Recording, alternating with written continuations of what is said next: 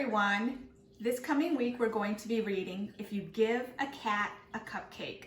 So the first session we'll be doing a paper plate cat, and for the second session we're going to be doing a puffy paint cupcake.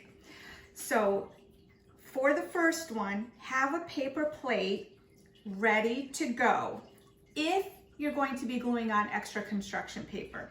So what I mean by that is have the paper plate colored before the session starts. Then during the session, your child will cut this part out. You're going to draw that line for them, and they'll cut this part out, and then they'll glue on eyes, nose, and whiskers and draw the mouth. If you don't have googly eyes, go ahead and draw eyes that they can cut out. And you can help them cut like the whiskers and the triangles for the ears and the nose if they'll let you. I know some of you have kids that really like to do everything by themselves. So you can do that if you have extra construction paper.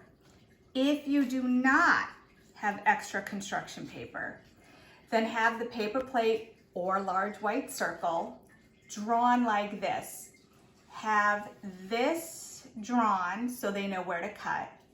Draw the triangles for the nose and ears, the eyes, the whiskers, the mouth, and then they can just color that in during the session and then cut this out.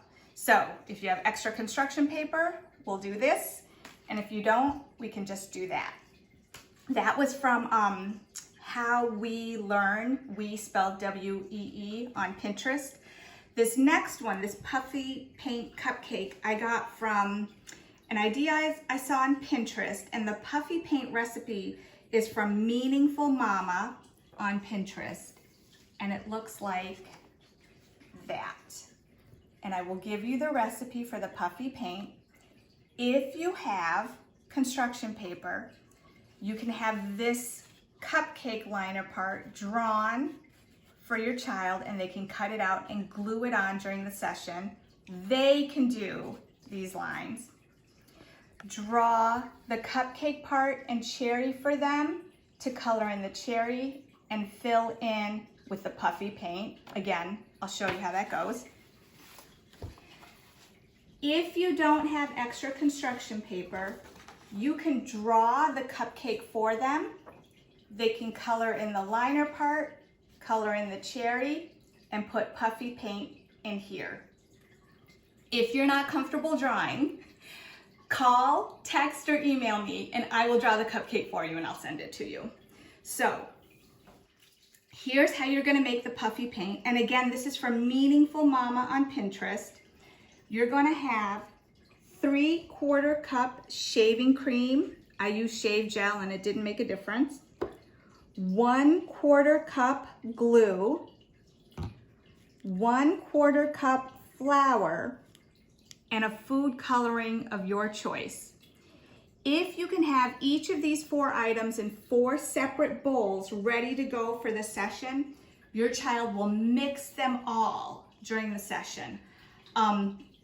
I know you're often wondering, why are we doing all these crafts? I think it's really important that your child have some hands-on things to do during these sessions, because as we've told you for years and years and years, it's not great for your kiddo to just be sitting in front of screens all day. Well, now that we've switched to teletherapy sessions, we're asking you to have your child sit in front of screens all day. So that's why I think it's really important that we have this. If you don't have the ingredients for the puffy paint, go ahead and color, but the puffy paint is really great sensory input. All the mixing and stirring that they're gonna do, and then the feel of the puffy paint is gonna be a really good sensory input experience for them. And when you are done mixing it, you will have something that looks like this. If I can open it without spilling it. So that recipe I gave you makes all that puffy paint, so you can do lots with it later. So here's what it looks like. Again, if you have construction paper, you can glue this part on. If you don't, you can draw this for your child or have me draw it and I'll send it to you. They can color in the cupcake liner part, color in the cherry part, This is all during the session, remember. Don't do this ahead of time. I'll have nothing to do with your kiddo. And then for the puffy paint, they can literally scoop it with their fingers and just spread it on the paper. So really, really good sensory for your kids. And if you have a puffy paint recipe, go ahead and use yours. This is the one that I just happened to find and I really like it. If you have one that you like better, that's fine too.